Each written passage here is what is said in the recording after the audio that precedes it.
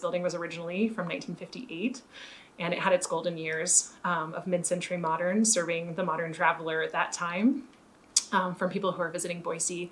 And Boise was just starting to grow out over into the Garden City area. And this was a pretty tight-knit community. People had honeymoons here. People came here for work retreats. People just traveled through Idaho, probably going somewhere else. Let's be honest, it wasn't on the map yet.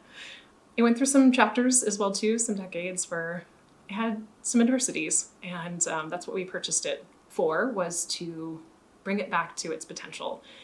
When I say we, my boss, Dimitri Booker, and his team of friends, who all went on this together, purchased it in, I think it was August of 2022.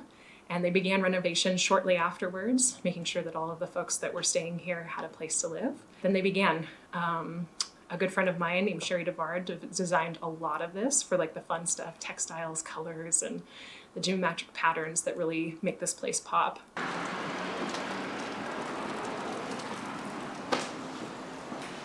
Welcome to the Health and Fitness room.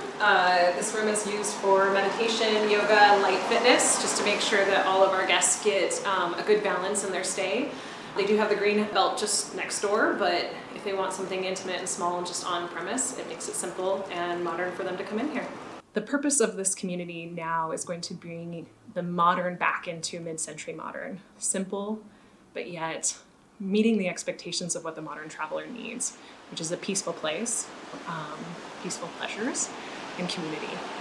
And then this will be one of my experiments here. I'm gonna try and make a disco hallway where we're gonna put a ton of mirrors in here to make it maybe less of a dark corridor, but more of like an exploration of fun and playing with those mid-century modern like textiles and things that they used back then, was mirrors and lights and all that fun stuff. So this will be a project of mine as soon as we get this place a little bit of a bath. It's a little dirty now.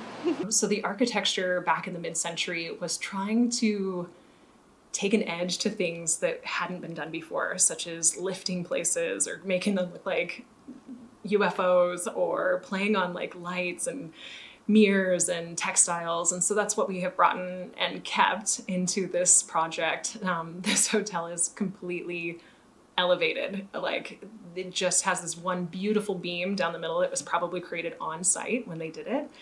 And then it has a couple columns to support it as well too. So you park underneath the hotel and it's just almost floating there. It is very wonky, but very fun indeed. It creates that little extra something that makes people turn their heads and go, wait, what is that? And so we're really proud of the architecture of this building. Had to bring a lot of things up to code for safety, such as we had to add an additional 6 staircases. We are going to be a very inclusive hotel in all circles of life. We are going to have 3 ADA rooms on the ground floor. Even though this building is on stilts, we did reserve a space for those who need it down in the ground floor in the reception area. So we will be doing small events, weddings, conferences, and just simple staycations and event travel and business travel for the travelers that come through this Treasure Valley.